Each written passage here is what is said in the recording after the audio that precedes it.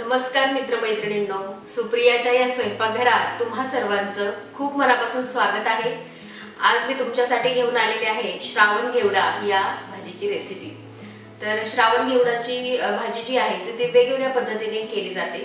तर मी देखील 3 पद्धतीने करते, त्यातील एक पद्धत मी तुमच्याबरोबर आज शेअर करणार आहे। तर या श्रावण घेवड्याच्या भाजीसाठी आपल्याला काय काय साहित्य लागणार आहे ते आपण पाहून घेऊया। तर त्यासाठी आपल्याला लागणार आहे इथं जिरं फोडणीमध्ये घालण्यासाठी, मोहरी, हळद, लाल तिखट, गरम मसाला। हा आपला घरचा जो आपण साठवणीचा मसाला केलेला असतो तो आहे। हा जर तुमच्याकडे नसेल तर तुम्ही आपला गरम मसाला जो भेटतो बाजारात आपण पाऊच आणतो ते देखील घालू शकता।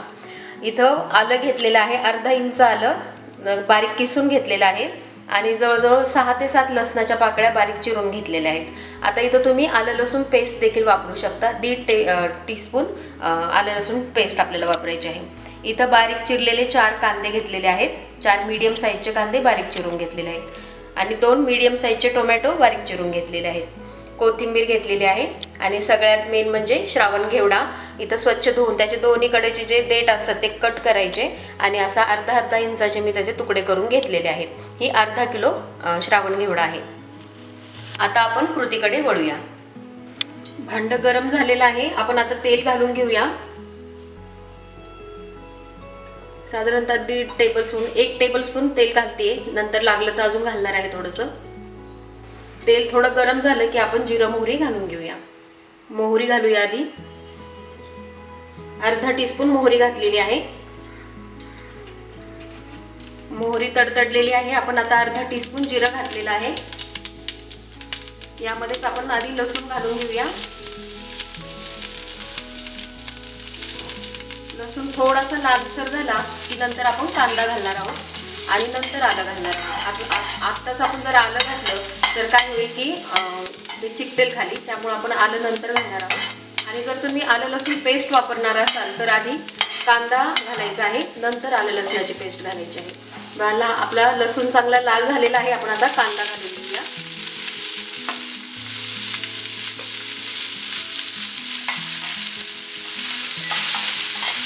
अर्धा मिनिट आपण कांदा परतला की नंतर त्यामध्ये आल्याचा किस घालायचा आहे, जे किसून घेतलेलं आलं आहे ते घालून घेऊया। आणि हे लक्षात ठेवा की म्हणजे जर तुम्ही आलं लसूण पेस्ट वापरणार असाल तर कांदा घातल्याच्या नंतर कांदा थोडा परतत आला की मग आलं लसूण पेस्ट घालायची आहे। मीडियम गॅसवरती आपल्याला कांदा छान असा मऊ होईपर्यंत भाजून घ्यायचा आहे।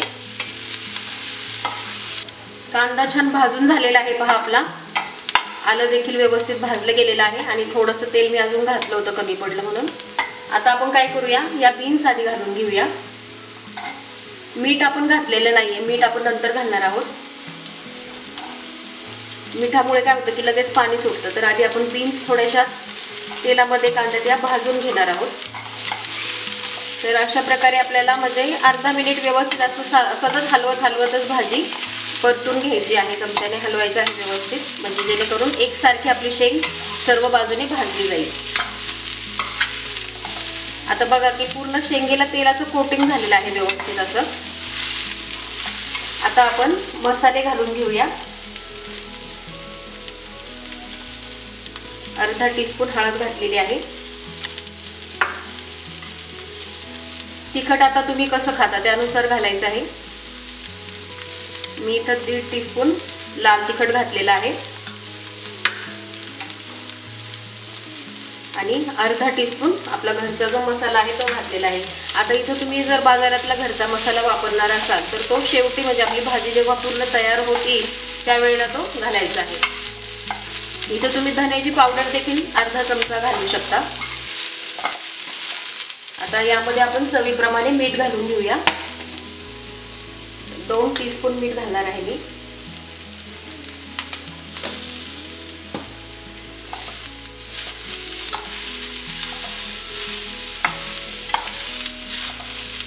हे सर्व व्यवस्थित आपल्याला परतून घ्यायचं आहे, जेणेकरून हळद, मीठ, मसाला व्यवस्थित सर्व बाजूने एकसारखा लागला जाईल।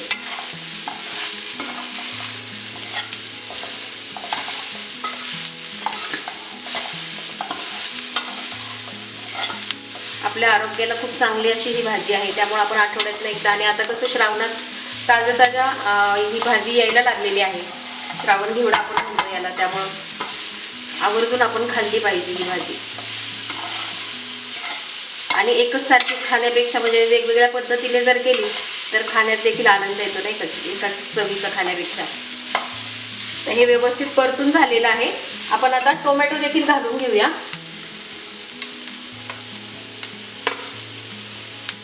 कोथिंबीर सर्वात शेवटी आपल्याला घालायची आहे.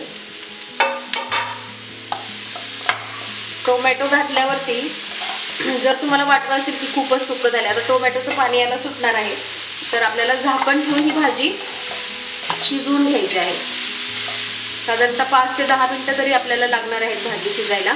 त्यामुळं काय करायचं, झाकण ठेवायचं आणि एकदम मंद आचेवरती आपल्याला ही भाजी शिजवून घ्यायची आहे. आणि मध्ये मध्ये चेक करायचं की खाली लागू नये म्हणून जरा चमच्याच्या साह्याने परत परतून घ्यायची आहे. तर इथं तुम्ही एखादा चमचा पाणी देखील घालू शकता जर तुम्हाला वाटत असेल खाली लागतील भाजी तर. आणि त्याच्यावरती झाकण ठेवून आपण आता 5 ते 10 मिनिटं ही भाजी शिजवून घेणार आहोत. मध्ये मध्ये चेक करायचं आहे, परतून घ्यायचं आहे. पाणी कमी वाटलं तर एखादा चमचा पाणी घालायचं आहे. 10 ते 12 मिनिटं झालेले आहेत आणि मध्ये मी 2-3 वेळा भाजी व्यवस्थित हलवून घेतलेली होती, चमच्याच्या साह्याने व्यवस्थित अशी परतून घेतली होती. तर भाजी आपली तयार झालेली आहे. 12 मिनिटं लागलेली आहेत आपण झाकून ठेवल्यापासून. आणि एक थेंब देखील पाण्याचा घातलेला नाही आहे यामध्ये, कारण टोमॅटोचं जे पाणी सुटलं होतं त्यामध्येच ही भाजी आपली शिजलेली आहे. तुम्हाला जर आणखीन मऊ करायची असेल तर अजून 1-2 मिनिटं तुम्ही ही भाजी शिजवू शकता. आता सर्वात शेवटी आपण ही कोथिंबीर घालून घेऊया. कोथिंबीर व्यवस्थित मिक्स करून घेऊया. गॅस बंद करूया, कारण आपली भाजी आता झालेली आहे आणि ही भाजी आपली गरमच आहे, त्यामुळं आपण आता झाकून ठेवूया. त्यामध्येच आपली ही कोथिंबीर व्यवस्थित वाफली जाईल, म्हणजे त्याला काही शिजवण्याची गरज नाही आहे. तर आपली श्रावण घेवडाची भाजी तयार झालेली आहे. आपण सर्विंग प्लेटमध्ये ती काढून घेऊया. तर मस्त अशी चविष्ट अशी श्रावण घेवड्याची आपली भाजी तयार झालेली आहे. आणि ही भाजी तुम्ही चपाती बरोबर खाऊ शकता, भाकरी बरोबर, वरण भाताबरोबर. आणि त्याचप्रमाणे चपातीचा रोल करून की त्याला सॉस लावून त्यावरती ही भाजी घालून आणि त्यावरती जर चीज किसून त्याचा रोल केला तर देखील खूप छान लागणार आहे. तर मित्रमैत्रिणींनो, की ज्या वेळेस व्हिडिओज आम्ही करतो तर त्याला खरंच खूप मेहनत लागत असते. त्यामुळे तुम्हाला जर रेसिपी आवडल्या तर नक्की कमेंट्सद्वारे कळवत जा, कारण त्यामुळे काय होतं की आणखी प्रोत्साहन वाढतं, उत्साह वाढतो का करण्यासाठी. आणि रेसिपी आवडली असेल तर तुमच्या मित्रमैत्रिणींबरोबर देखील तुम्ही शेअर करू शकता. तुम्ही माझ्या रेसिपीजला छान असा प्रतिसाद देत आहात, त्याबद्दल मी तुमची मनापासून आभारी आहे. आणि रेसिपी आवडली असेल तर रेसिपीला लाईक करायला विसरू नका. चॅनलला सबस्क्राईब केलं नसेल तर नक्की सबस्क्राईब करा, शेअर करू शकता. आणि माझं आणखीन एक चॅनल आहे सुप्रियाचं साहित्य घर म्हणून, तर त्यावर देखील तुम्ही तिथे देखील जाऊन माझ्या कविता ऐकू शकता आणि तुम्हाला कशा वाटल्या ते देखील कळवा. तर शेवटी एवढंच म्हणेल की माझ्या पाककलेला तुम्ही जो काही प्रतिसाद देत आहात त्याबद्दल अगदी मनापासून धन्यवाद.